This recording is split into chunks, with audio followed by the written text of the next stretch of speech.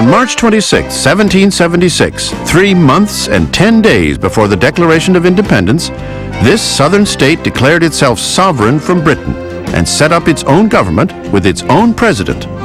Greetings from South Carolina, the 8th of the original 13 colonies to join the Union, which it did on May 23, 1788. With 4.3 million residents, it ranks 24th in population. Music is so important in South Carolina. It's like there's no activity or nothing that you do that doesn't involve music in the state. And, I think that's why I'm a musician. I grew up around all that. South Carolina's musical tradition runs deep. Jazz legend Dizzy Gillespie grew up in Churall. James Brown, the godfather of soul, was born in Barnwell. And Spring Gully's most famous son is Chubby Checker, the man who shook up the dance world in 1960 with the twist. Some 40 years earlier, a jazz ensemble from the Jenkins Orphanage in Charleston traveled to New York City, where they unveiled the syncopated swing steps that came to symbolize the Roaring Twenties. I remember growing up as a kid in Charleston. It was one of those things that you actually had a class in PE where you learned to do the Charleston. The city of Charleston has been described as a living museum. Its historic district is meticulously preserved and features some of the most beautiful homes in America. The city also boasts a notable milestone in the world of sports. The first golf course was opened in the United States in Charleston, South Carolina in 1786. And they actually nicknamed the term green fees because of the name of the golf course, Harleston Greens. Many of South Carolina's more than 380 golf courses are lined with palmetto trees, the revered state symbol. The palmetto is a first cousin to the towering palms found in Hawaii.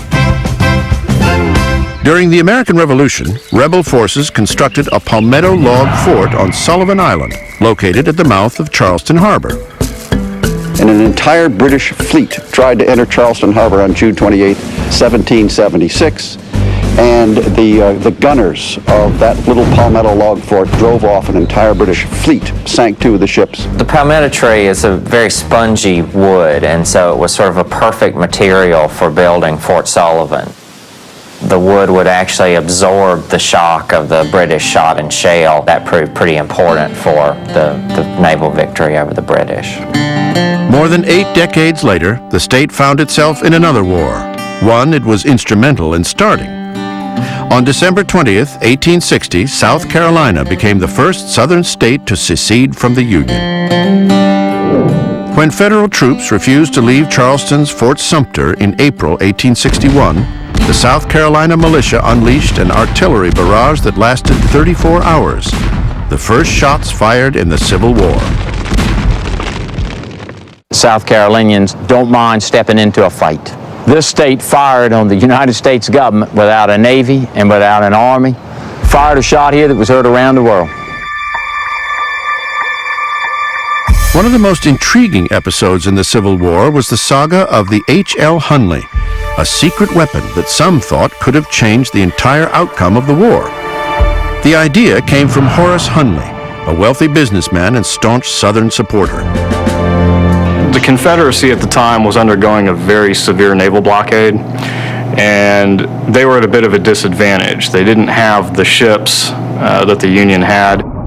Hoping to even up the odds, Hunley and his team set out to build a submersible torpedo boat. The vessel they created was 40 feet long and 3 feet wide, powered by 7 men hand cranking a propeller. On the night of February 17, 1864, the Hunley slipped into Charleston Harbor and made its way toward the Union Navy's largest warship, the USS Housatonic.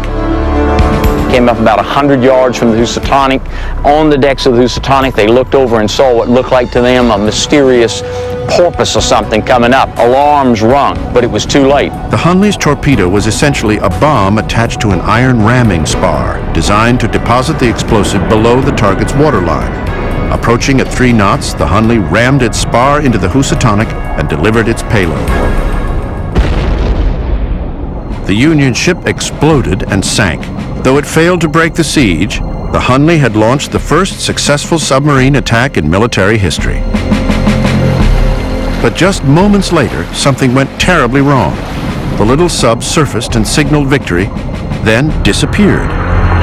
In 1995, 131 years after the Hunley sank, best-selling author Clive Cussler discovered the vessel's resting place in the silt beneath Charleston Harbor. 5 years later, the Hunley was finally raised to the surface. The Hunley was located approximately 4 miles offshore. We had a variety of artifacts that we recovered from inside the submarine, going all the way from the crew. All 8 crew members, we found skeletal remains. We also found their clothing, their shoes. Lieutenant Dixon, the commander, was carrying his pocket watch. Considering it had been on the bottom of the seabed for close to 140 years at that point, it was in very good condition. In April 2004, the 8 members of the Hunley's crew were buried with full military honors in Charleston's Magnolia Cemetery. The Hunley itself still lives in a specially designed tank in Charleston, where archaeologists continue to study the remains of this maritime marvel. Another remarkable historical treasure can be found on the isolated sea islands off the state's southern coast. Here you'll find the direct descendants of slaves who once labored on the island's rice plantations. The distinct culture of these native islanders is called Gullah, a combination of Creole and West African languages and customs. Gullahs endured for many years because these islands were isolated. Lots of these bridges weren't built until the early 1950s. The Sea Island Gullah people retained many African traditions, which are evident in their cooking, wood carving, and basket weaving. It's been in my family from my great-grandmother. My grandmother taught my mother. I work along with her. I've been doing it over 40 years. Efforts to preserve the distinct dialect have resulted in a Gullah version of the New Testament. Salt and light. Only just like salt for all people. But if the salt done lost its taste, ain't no way you can make them get a good taste back, Andy. Now for those who are Gullah challenged, the King James Version is printed in the margin. I think keeping your history alive is always important. So I don't think, the Civil War or slavery or all that stuff should ever be forgotten. I think it should always be an important part of what was wrong with our state and, and what was done, and here we are in the new world being a great state.